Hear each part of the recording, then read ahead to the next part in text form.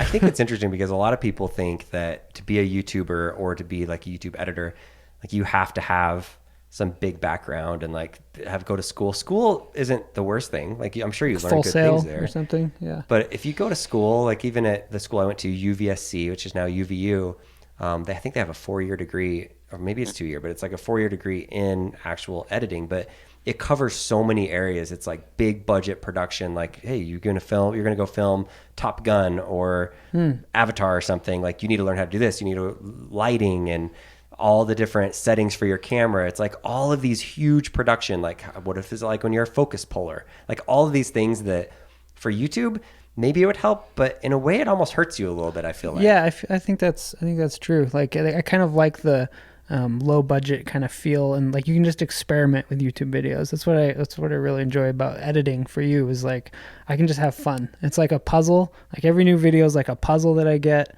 and I just get to have fun and create something fun with it and use After Effects for whatever I think would be cool or whatever I have time for. So a little different editing than editing for the church. Yeah, a little bit different. Yeah.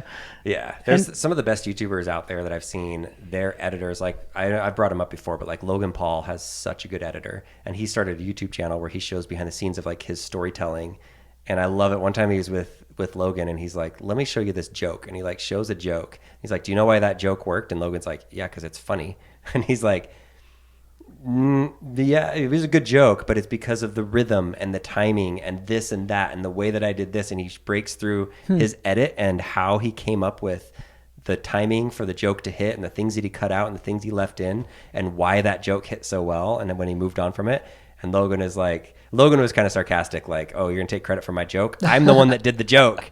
But in reality, like the edit is such a big part of YouTube. And I've had some people that have tried to edit for us that have like a professional background of just like been to school and everything. And it's just so boring. And so a big part of it, I feel like, is you have a really good sense of humor. And some of the videos the first one that I can think of where, Zach, Jerry Rig Everything, he's a good friend. We've done some videos with him. And I remember when we went up to Canada to do a video with the AB family, and it was what's inside Pie Face. It's like that game where you turn the knob and sometimes it hits you, sometimes it doesn't. And you came out with this like Jerry Rig approved Jerry meter. Oh, it's yeah, a Jerry the Jerry meter. Yeah. Get it in there and pop it out. Oh, his face would pop up, and his face would like, and every time I'm like, I'm going to use a screwdriver, it'd be like really high on the Jerry meter. And then when I was like getting the hatchet, it's like negative, fail.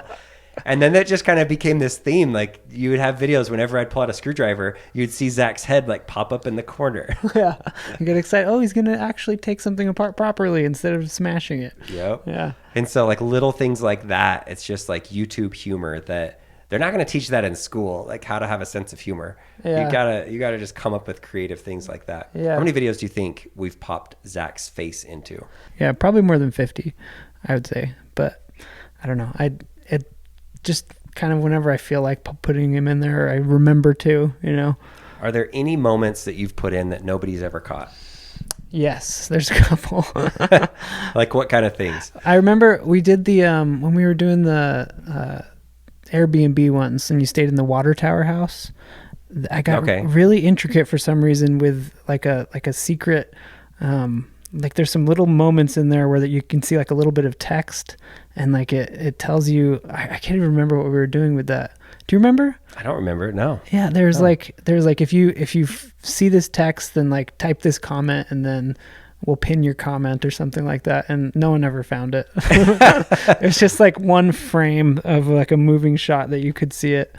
And I don't even remember where it was. But. Okay, so we're going to have to go back and watch this video. If you're listening to this podcast, go back and watch what's inside a water tower. We were in Southern California, stayed in this Airbnb that's like a water tower, and find that moment. I'm going to have to go search and see. Maybe somebody's got it by now. We just haven't searched the comments. I haven't been monitoring it. So because there are times when you'll just literally one frame, you'll put a picture or something weird in there. That's what's fun about YouTube, is because people can just pause it and the internet will find things.